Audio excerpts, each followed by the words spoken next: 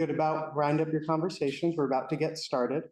My name's Zachary. I'm a librarian here at the Northeast Harbor Library. If you haven't already done so, please do silence your cell phones. The library is able to offer free programs like this year-round, thanks to the generosity of our donors, and thanks to our community of artists, educators, and collaborators like the MDI Historical Society. Coming up next Wednesday, July 16th, we have Maine poets Hans Krischels and Bill Carpenter in conversation. And on Tuesday, July 22nd, we're hosting a book launch event for Martha Todd Dudman's latest novel, Curio. So to hear more about that and all of our upcoming programs, you can sign up for our Sunday newsletter at the table by the door or take a summer events brochure. And please do browse the Historical Society's display at the back of the room after the presentation. They have an excellent lineup of programs as well. So now to say a bit more about their work and to introduce tonight's presenter, please welcome the Assistant Director of the Mount Desert Island Historical Society, Lisa Taplin-Murray.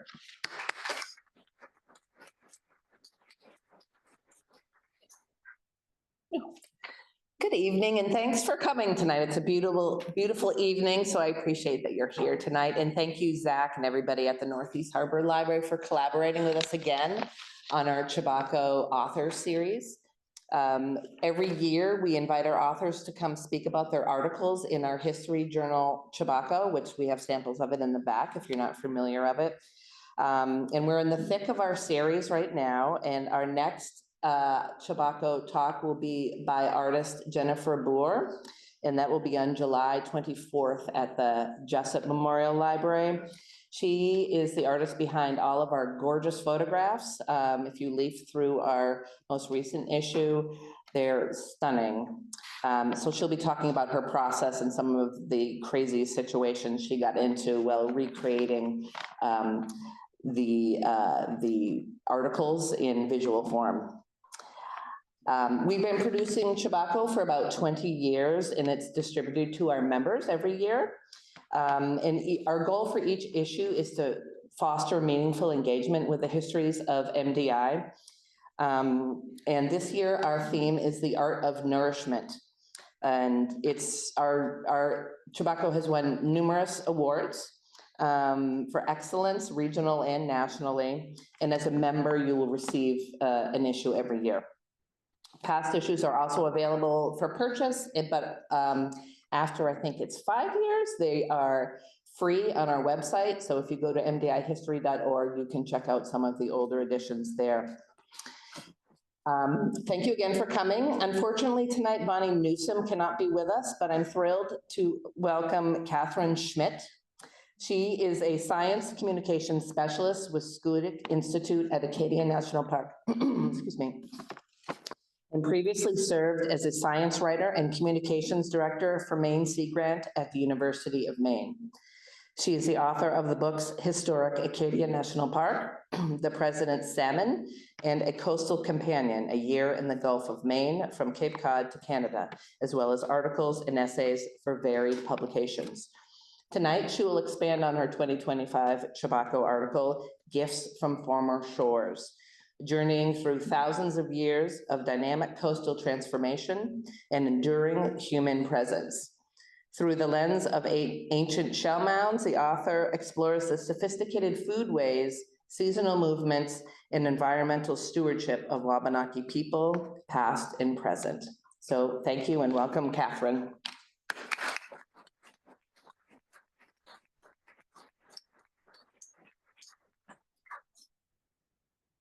Thank you, Lisa, and the Historical Society and the library for having us. I want to echo the thanks to all of you for being here. I know you have a lot of choices on a July evening on the island, and I think hopefully you've all made the right one. I know I'm probably not the one that you were coming to see, so I regret that Dr. Newsom could not be with us.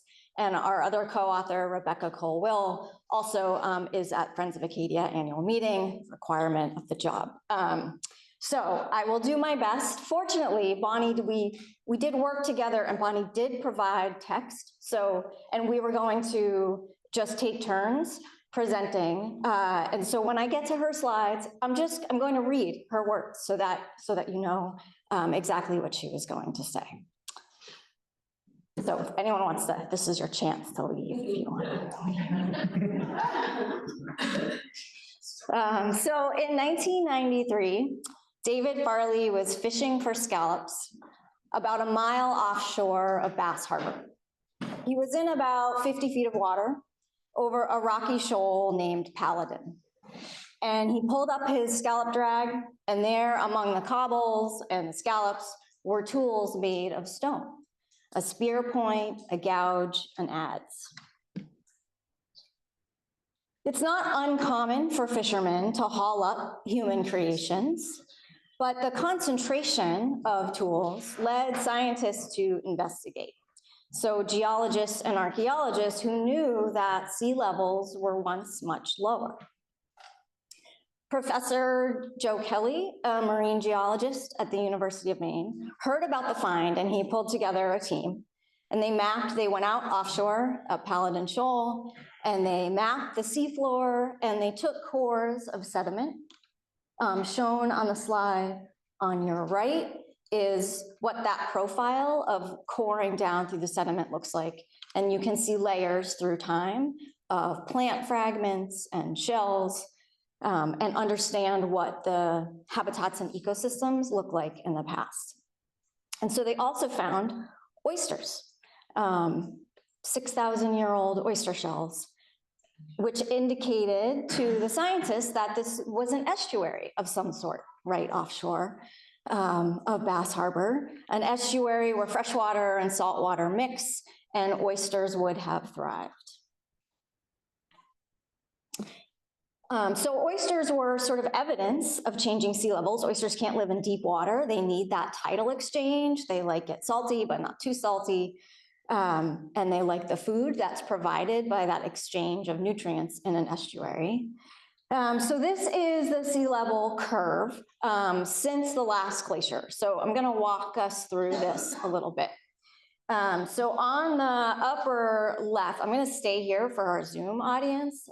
So on the upper left, there's a rectangle in the upper left corner, which is the ice. So the ice was in contact with the ocean. The ocean was lapping at the edges of the ice. Imagine icebergs, right, breaking off the end of the glacier. And so the ocean, as the ice melted, the ocean kind of followed the ice inland and flooded this island up to about 230 feet in elevation. And we can still see evidence for that. It's called a high stand by geologists. And I actually wrote an article in Chebacco, maybe 2015-ish, that describes those sea level changes. And then, so as the ice is melting away, ice is heavy, and it had pushed down on the land surface. And so as the ice goes away, the land kind of pops up again because it's freed from the weight of the ice. And so that's when you see this drop in sea level. So sea level about 14,000, 13,000 years ago dropped rapidly, and you could walk all the way out to the banks in the Gulf of Maine. And then the land sort of recovers from that, and sea level starts rising again about 12,000 years ago. And then it rises fast at first, and then it slows down a little bit. And when it slows down is when sediment starts to accumulate. The changes aren't as dramatic, and you start to see the development of estuaries and salt marshes and a coastal environment that would look familiar to us today. So the tools, remember that David Farley, he didn't pull up fossil oysters, he pulled up tools. And so those tools were evidence that humans were living here this entire time through these changes. So archaeological evidence indicates that indigenous peoples have a 12,000-year history in this region.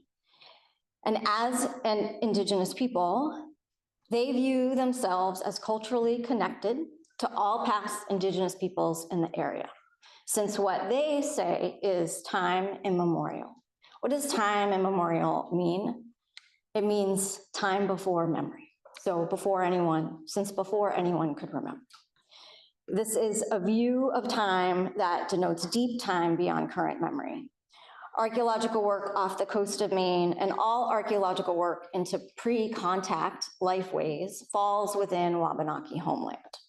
So this map shows the ancestral territory of tribal nations in the region, collectively referred to as the Wabanaki.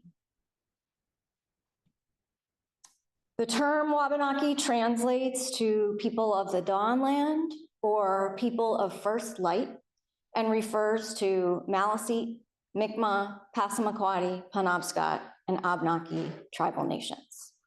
They are culturally and linguistically similar and closely connected socially and politically.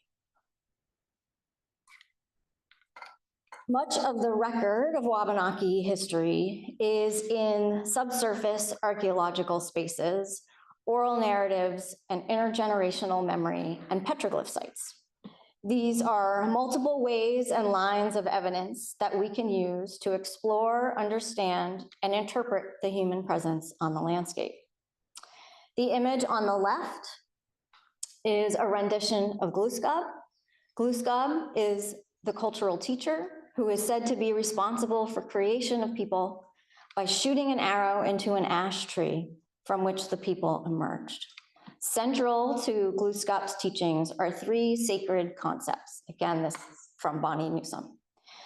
The first was the power of the Great Spirit, or Chinokwest. The Great Spirit is a life force that is in all living beings. And because we all share that same life force, we are all related. The second is that Wabanaki people must never leave the land that the Great Spirit gave them. The third is that Wabanaki people must never forget their first mother, the earth, and show their love for her. In the center is a photo of Passamaquoddy petroglyphs from Machias Bay. These are images pecked into stone outcrops. They're also a way to convey information. And then finally, the image on the right is a picture of archaeological excavations at a site in Eddington, Maine, and places such as this also preserve indigenous past. Archaeological sites in the region are both terrestrial and coastal. On the coast, Wabanaki people created what we refer to as shell heaps, mounds, or middens, created by past peoples. They also provide a record of past Wabanaki lifeways. So Maine, what is now Maine, is home to an estimated 2,000 indigenous shell heaps, representing roughly 5,000 years of native families living on the coast. Now, there were older ones, but they're underwater, like the places where David Farley was fishing. Most of the sites are threatened by climate change impacts, such as erosion from sea level rise, increased storm intensity and frequency, and irregular freezing and thawing that destabilizes the sediment. For Wabanaki people, coastal shell-bearing sites are remnants of a built heritage that help tell the story of cultural connections to place. But these places are often marginalized and not afforded the same attention as the built heritage of settler societies. Marginalization of Maine's coastal shell-bearing spaces renders indigenous past socially invisible and contributes to the historic erasure of Maine's indigenous peoples and their connections to place. Soft shell clam dominates most shell heaps. Most shell heaps, but there are ones made of oyster. Zach, where's Zach? Oh, I lost my cursor.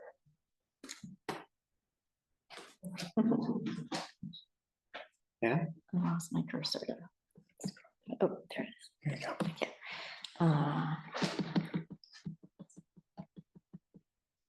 So soft shell, most of them are made of soft shell clam, but there's oyster mounds as well, most prominent in the Damascotta River area. How many of you have been to the whaleback shell mound in Damascotta? So only a couple. I really encourage you. It's a state historic site that's also cared for by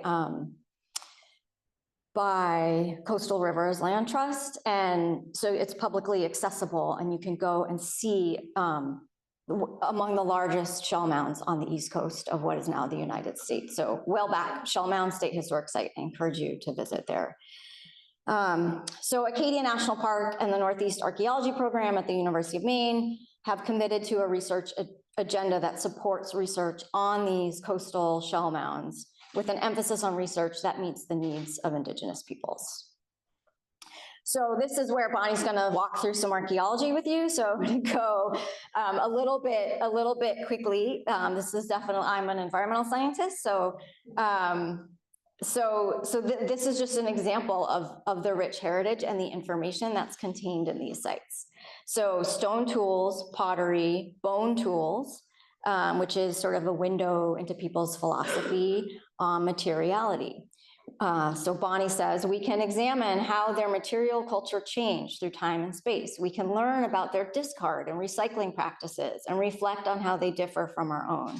Good preservation allows us to explore past technologies and identify areas of technological sophistication. This helps to deconstruct notions of primitiveness or evolutionary inferiority, which was a common archaeological interpretation of Indigenous peoples in the past. So on this slide are examples of items from regional sites. So the far left is a photo of projectile points of various styles and materials. The center shows ceramics, changes in style through time. And then there's beads, there's flora, so seeds and pollen from plants. And then on the lower left, animal bones, and then on the lower right is a bird bone flute that was recovered from a site in Acadia National Park. So bone and shell do not preserve well in Maine's interior because the soil is so acidic that a lot of these materials would just break down and all we would have would be the stone and maybe some ceramics. But because of the shells are alkaline, they help to preserve these materials. So we wouldn't have access to these items without the shell heaps. Bonnie has a particular expertise in ceramics, and so we wanted her to talk a little bit about ceramics. And I think, you know, what's just interesting again is just the decisions. So this is artwork, and these are creations, and the creators, the potters made decisions about how to design and shape their vessel.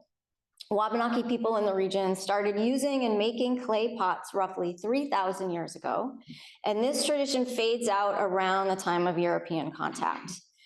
This is an area that Bonnie is particularly interested in, not only because we can begin to get at human agency and creative and technological choices, but we can explore decisions about food.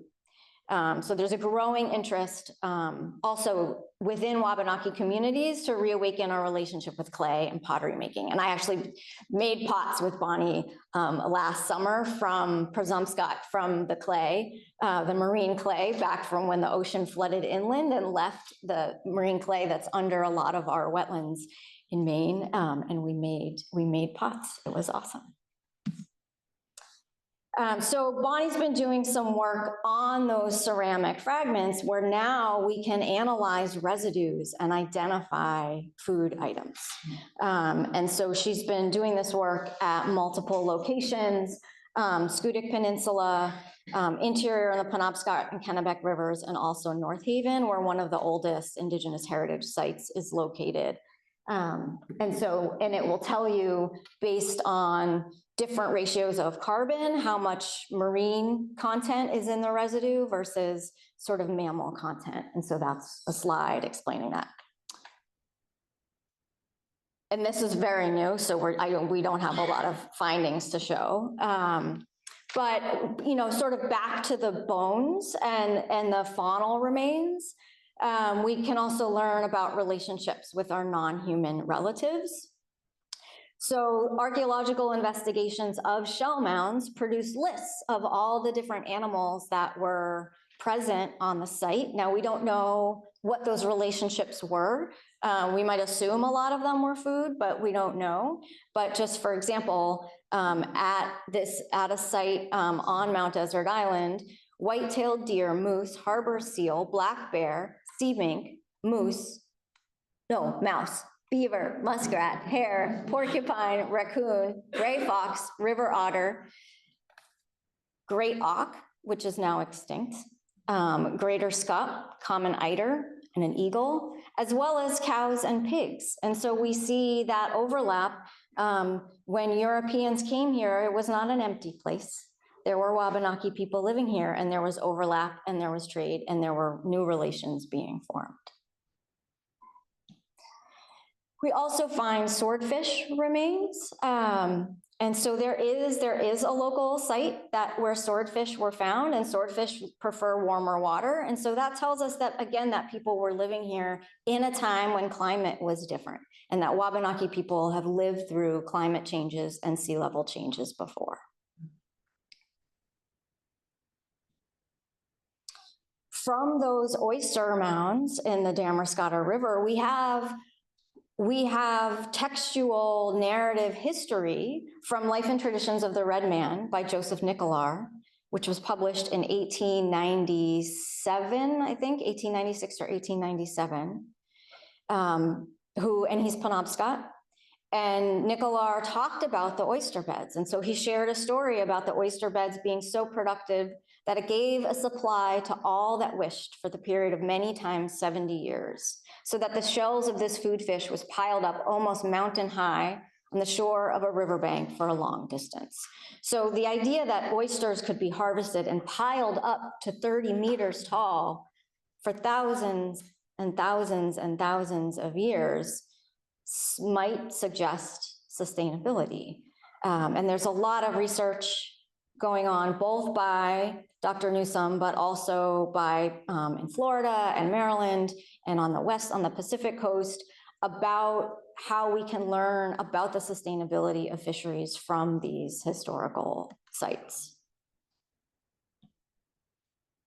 So I'm going to shift a little bit. That's some background sort of on the archaeology of these places and what we can learn, about food and relationships with non-humans, to kind of like, what are we doing about it? And we wanted to share a little bit of our work together. So Schoodic Institute and the National Park Service, the University of Maine, researchers, students, as well as Wabanaki communities. So Rebecca Colwill is resource manager for natural and cultural resources at Acadia National Park, and also has a background in archaeology and actually excavated some sites at Idaho and Schoodic Peninsula as part of her graduate work. So there's a really nice legacy of involvement in this work there. And so I am not speaking for the National Park Service, but Schoodic Institute is a nonprofit partner of the National Park Service. We're the primary partner in science and education, and we're a partner in this work. And so we sort of follow the National Park Service lead, and they have a government-to-government relationship with Wabanaki nations that's guided by the US Constitution, various treaties, statutes, court decisions, as well as laws, including the Native American Graves Protection and Repatriation Act, the National Historic Preservation Act, and multiple other laws. So, protecting and preserving archaeological resources, let's sort of remember, has been a fundamental purpose of the National Park Service since the creation of the earliest parks. So a lot of those early parks were created because of the archaeological sites that they contain. And the Antiquities Act of 1906 gave the US government broad authority to regulate archaeological excavations on federal lands and protect ancestral indigenous heritage landscapes as national monuments. More than 100 years later, the Park Service is moving toward co-stewardship and shared decision-making with those indigenous communities. So research in Acadia employs a multifaceted approach. So we intentionally bring together conventional scientific methodologies and indigenous knowledge systems, which is sometimes called a two-eyed seeing approach. And parks really are ideal places to do this work. So we have that charge on behalf of the public to take care of these places. And they are places that are accessible.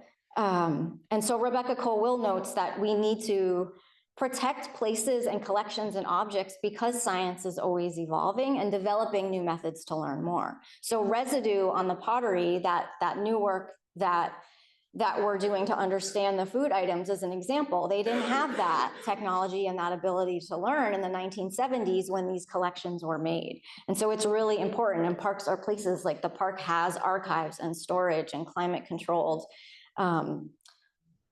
places where these items are held. And so now we have an opportunity to conduct resource science and resource management in a way that's in service to communities and to support making decisions about stewardship together. And that really means we have to take these collections off the shelf and out of the archives. And that's what Bonnie Newsom has been doing. So with support from a Second Century Stewardship Fellowship from Schoodic Institute that initiated, Bonnie and Rebecca had been working together, but the fellowship allowed to bring on a couple of Wabanaki students, archaeology graduate students, who assisted with reanalyzing those materials that were recovered from 1970s excavations. So this is Isaac, on the right is Isaac St. John from the Holton Band of Maliseet Indians, and on the left is Natalie Dana Lolar, who is Passamaquoddy and Penobscot. And they both brought their own identities and experiences and insights to the work, and they integrated Wabanaki language terminology into their analysis. It's important to point out that for all of us, sort of, we're trained scientists, and they're all trained, and the students are trained in conventional archaeological practices. And so together they're trying to figure out how do we bring these two knowledge systems together. And so just one example of a blended approach is language, descriptors, and terminology. So this is in archaeology, this is a biface. And when you have one, there's a whole form that you fill out to describe the features of that biface.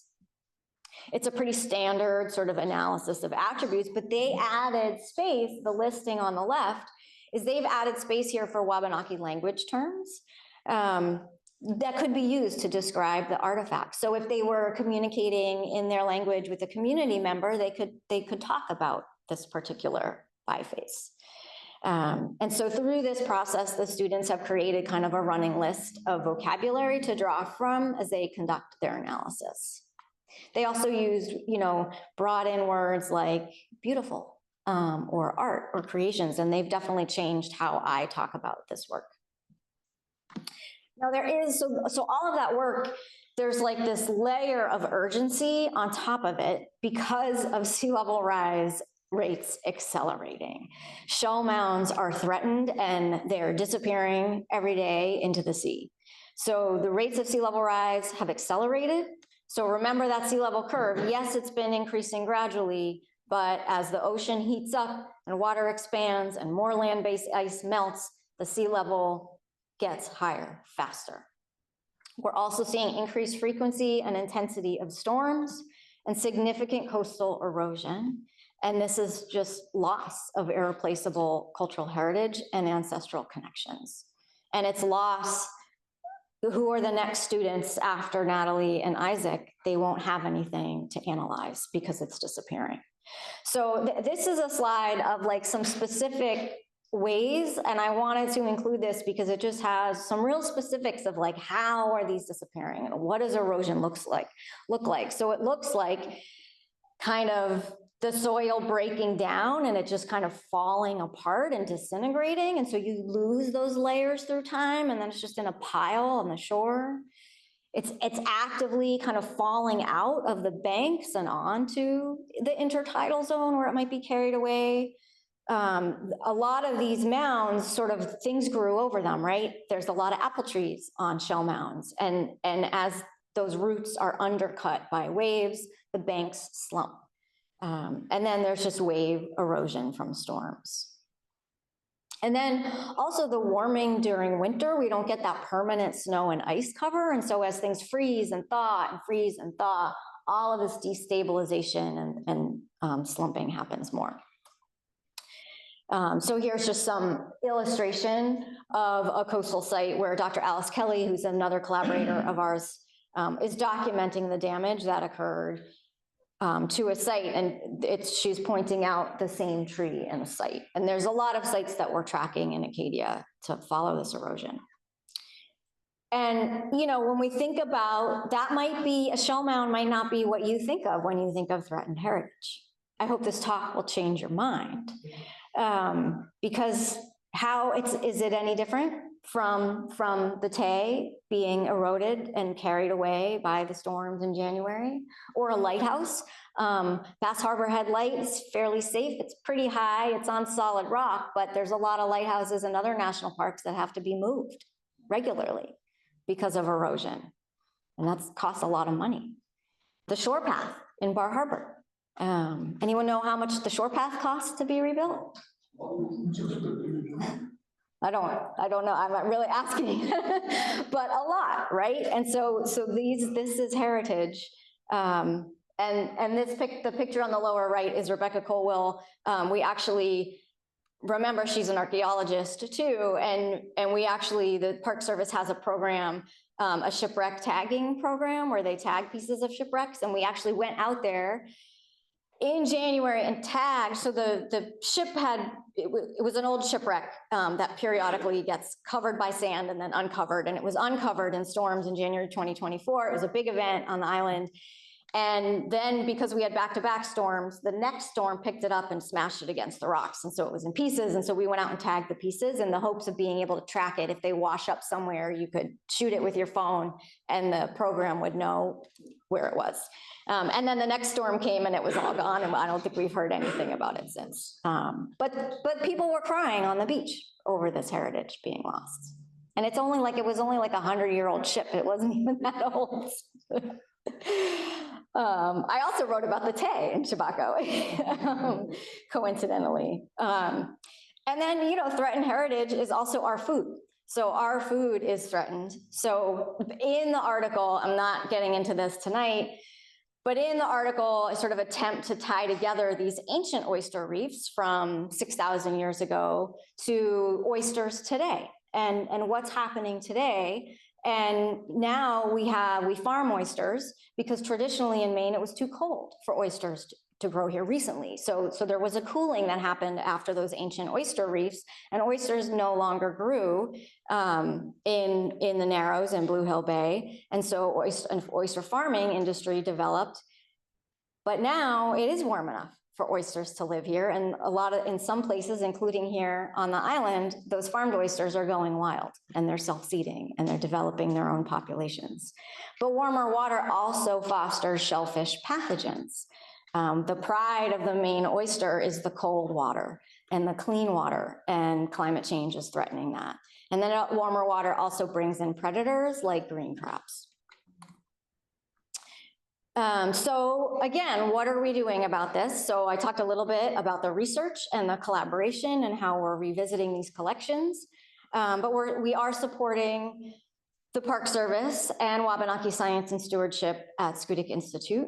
I do a lot about sort of informing and communicating the science of storms and sea level rise, and then documenting and monitoring change.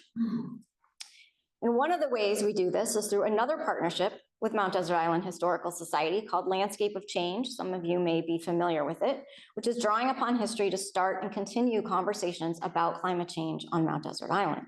And so the effort began in 2020 with a focus on biodiversity. We revisited historical bird and insect collections and asked people to help us make new observations. And then in 2021, we shifted to shoreline changes and engaged artist Jennifer Borg. And Jennifer created a illustration and a stencil, and we've been going around the island and marking future sea levels. So we've been measuring and marking where the sea is expected to be in 2050, which is about a foot higher than it is today, and 2100, which is about 3 feet higher than it is today. We've engaged students and community organizations to install these markers, about 6 locations to date. And all of this work, we need other people to help us. And so I'm gonna give you just a couple of things, ways that you can get involved and ways that you can help. And one is to contribute observations of high tides. So this helps, right? So you're not like directly maybe interacting with Wabanaki communities, but this is data and this is information that we are sharing with Wabanaki communities to understand the vulnerable locations and to understand the dynamics of erosion and which places are getting hit the hardest and which places seem okay. So people can contribute observations of during sort of what are called king tides or the highest tides of the year on a platform called Anecdata, which is the Gulf of Maine King Tides Project. And this information also helps ground truth scientific models of future sea levels and how impactful storms might be. You can also just observe nature around you. So those changes in fauna and flora over the years that were reflected in Wabanaki diets are also changing today. And so biodiversity observations help scientists track and analyze species trends, including species that may be of interest to Wabanaki communities and the National Park Service. So we're doing a lot with restoration now. And what does restoration of wetlands in Acadia look like from a Wabanaki perspective? What does restoration look like if you're doing it from that perspective? And so understanding what plants are here now is information that's important. And then you can be a midden minder. So this is a program, we're still kind of getting it off the ground, but it's citizen science volunteers who monitor and document shell heaps that might be so we're engaging land trusts and public places that have a shell mound, and some other historical societies that are doing this. So if any of you happen to have a shell mound, there are dozens just on this island, or know someone who may be interested, you can sort of come talk to me, but we're building out this program for people to go out and measure erosion at shell mound sites. And that's led by Dr. Alice Kelly from the University of Maine. And then just protect and restore the shoreline with native plants and materials. So these are just a couple of examples in the state of Maine. There's a lot going on in the state to encourage these. So this is sometimes called nature-based solutions or living shorelines. And it's just sort of working with nature and looking at things like seawall and these cobble berm beaches that we have naturally that naturally protect places behind the barrier, and you can build one and sort of create that. Or instead of just putting riprap along the shoreline, how can you combine it with native vegetation and native plantings to make a more resilient shore that's going to also offer habitat? So those are just sort of a couple of examples. And then, one of the most impactful things you can do while you're all here is listen and learn. So you're already doing it. Some of the changes that we face, they are unprecedented. Like, I don't use that word lightly, but it's true. Some of these changes, the warming that we're going to experience, like humans may not have experienced that before, but some are not new. And so just remember that those tools dragged up by David Farley for thousands of years, Wabanaki people have been living with a changing shoreline and changing biodiversity and changing fisheries, but they maintained their cultural traditions and created new ones. And so this research helps give us ideas and inspiration for how to together have a more vibrant future. And so there's so much more that we can learn about this past, and really, like, this work is just getting started. More that we're doing. So we've had several workshops hosted at Scudic Institute at our campus. The former Navy base in Winter Harbor is now a research and education center. And so we have campus facilities, and it's a great place to bring people together and bring Wabanaki community members back to their homeland for workshops and intensive experiences. And so we've brought tribal historic preservation officers, cultural knowledge keepers, elders, language speakers together to look at the archaeological connections and learn about archaeology. And also the workshops just sort of have inspired dialogue and ensure that Wabanaki community members have the chance to interact with their history, with this cultural material, so that they can help us and help the park make decisions about what do we do about all these eroding sites. So we've engaged the community in a lot of different ways, and Bonnie Newsom has also brought her students and her different classes into the work and brought them together with the elders, which has just been, it's just amazing to sort of watch language speakers and elders and tribal historic preservation officers and college students and graduate students sort of all coming together around this issue. Another thing we do, sort of one of the products, so we talk a lot about interpretation and communication. That's one of the reasons why I've been sort of part of this project, is have the students develop new interpretive material and develop new communications that acknowledge and share the deep Wabanaki heritage of these places, as well as how they're threatened. So this is just an example of a wayside interpretive panel that one of the students created as part of the class that we're actually, like, we're drawing upon this to produce some new material. And then also we've engaged communities in monitoring. So that mid-minder methodology of measuring shoreline erosion, we engage the community members in these workshops in actually measuring and collecting data. So they're not just interacting with the science of archaeology, but also the science of geology and oceanography.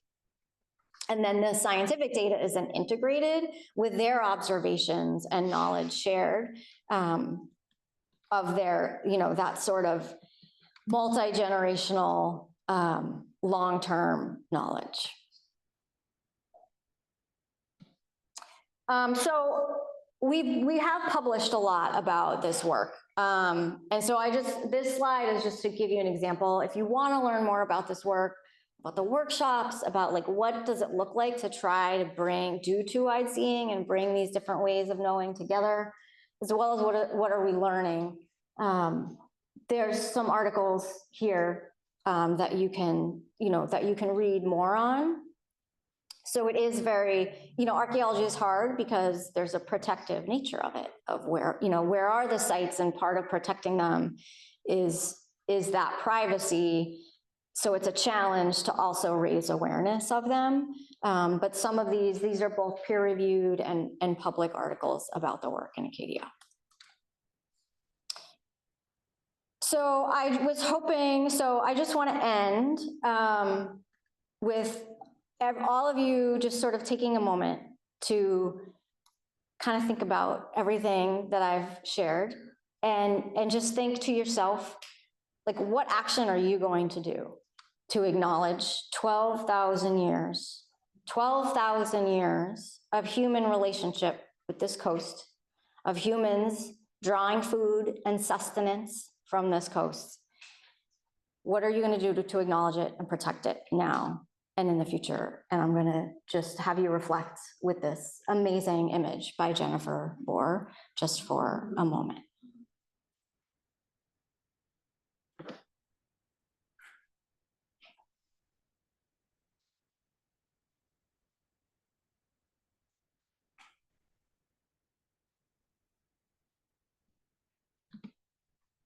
We have a lot of people to thank who have supported this work.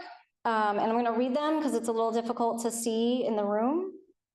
Abbey Museum, Tribal Historic Preservation Officers and Tribal Staff, University of Maine Anthropology Department and the University of Maine Mitchell Center, the National Trust for Historic Preservation, Second Century Stewardship, Schoodic Institute, the National Park Service, the National Science Foundation Center for Braiding Indigenous Knowledge and Science, Mount Desert Island Historical Society, and the Northeast Harbor Library.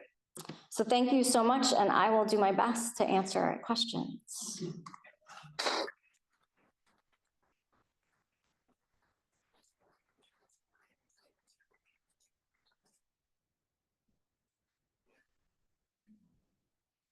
Yes. So I understand that a shell heap looks like a heap of shells. Yeah. But where would I see one around here so I know what I'm looking for? Yes. Or at? Yes. Good question. So that's a good reason to go to the whaleback because it's a very public, here's the shell mound, right? And it's so big that it's obvious. And so, but usually what it looks like is shells in the soil. So you might see an exposed bank.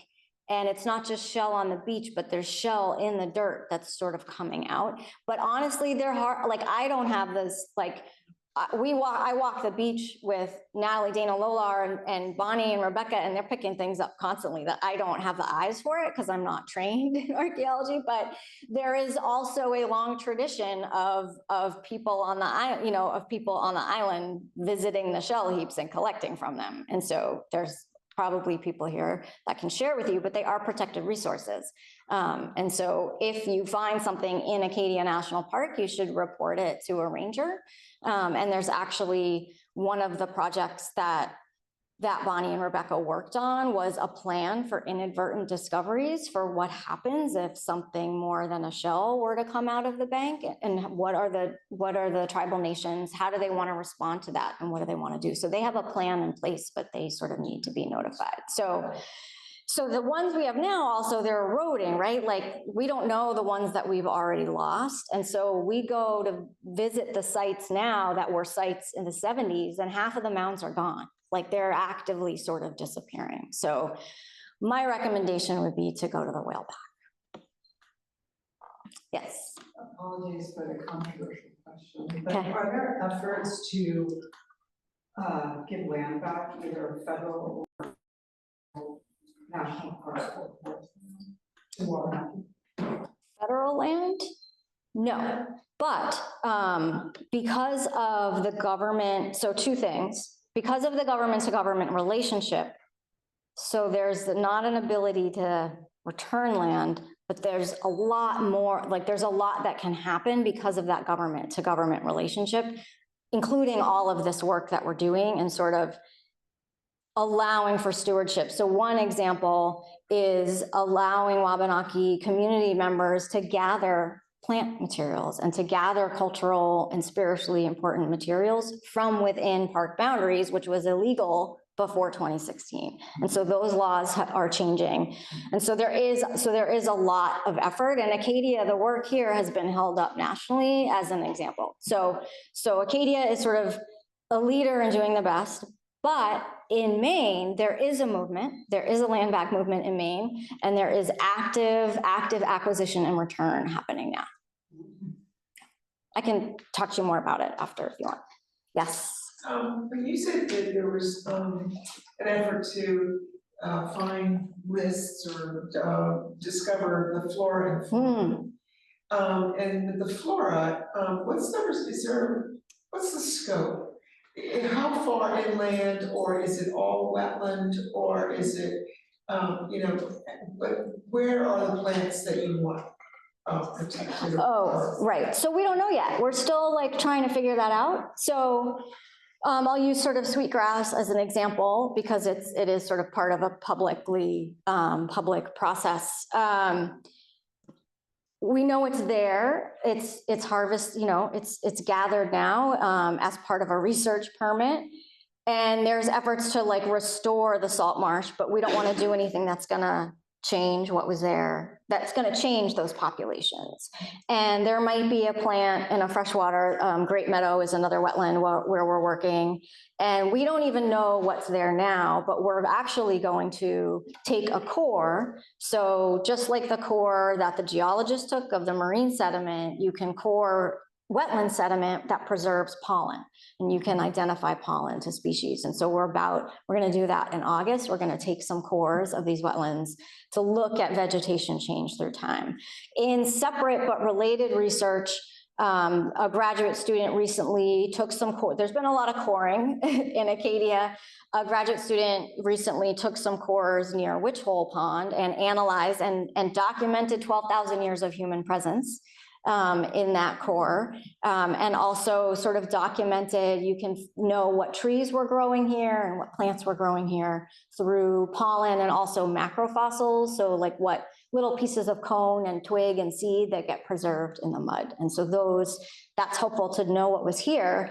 And that particular research shows that there were a lot of oak trees and hickory trees, so acorns and hickories and beech nuts and chestnuts and butternuts and walnuts, all growing here on the island.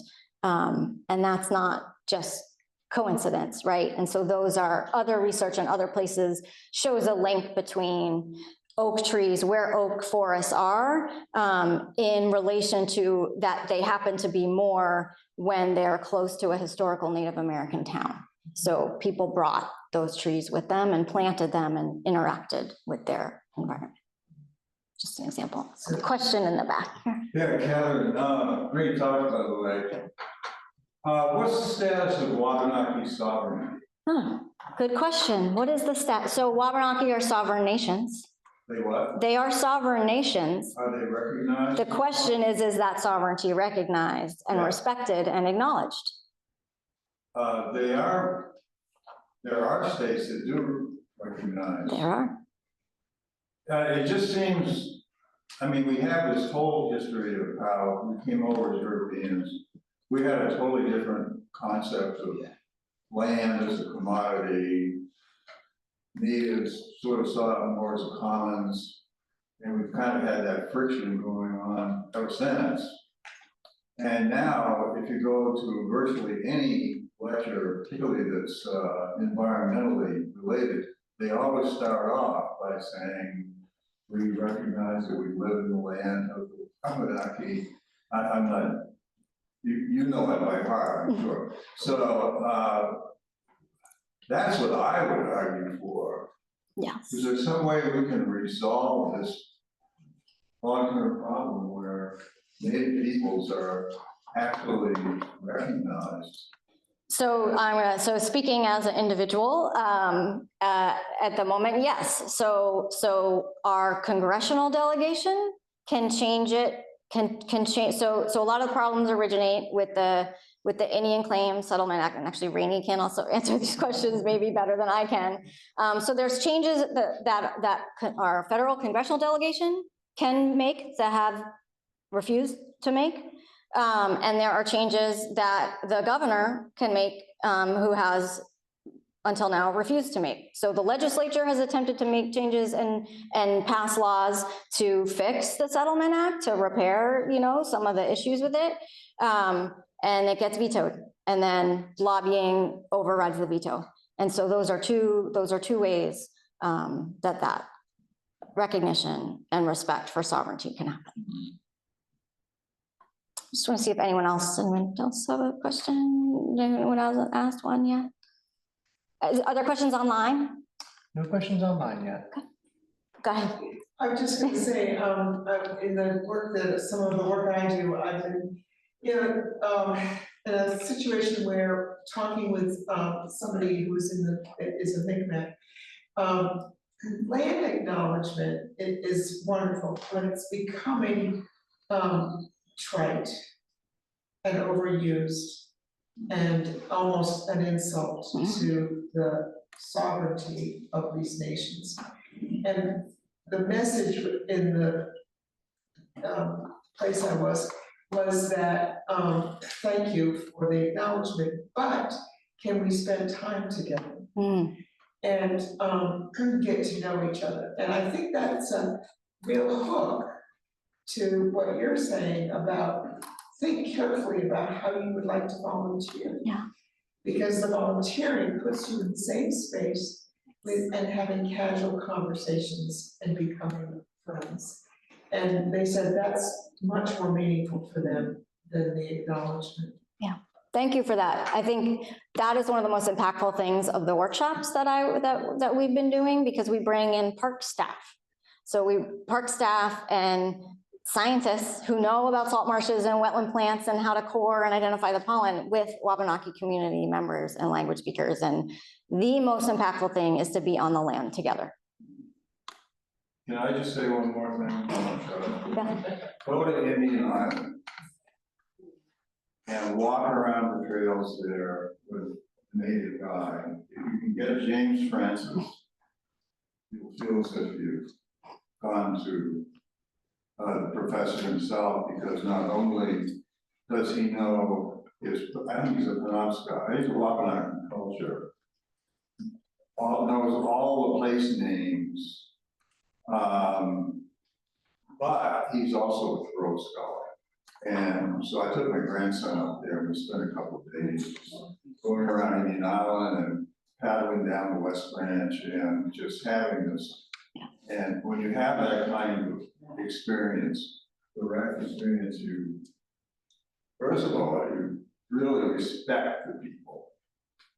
And you can also see the parallels between our culture and theirs. When we walked around that trail, there was a statue of the Earth Mother and other symbols in there, and I thought, geez, this is a Wagnerian opera. It's just so similar how these myths have evolved, but we have so much in common culturally. Yes, and I would recommend going, so rather than taking time, there's opportunities to learn. So this weekend, right, this upcoming weekend is that the Abbey Museum is hosting multiple days of sessions.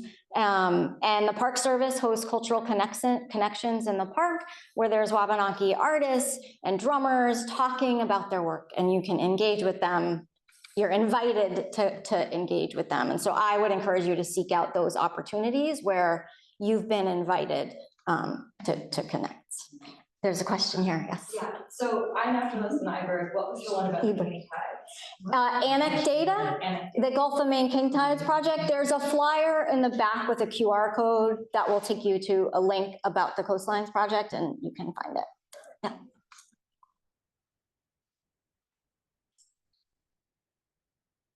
Okay, yes, thank you very much. Thank you, everybody.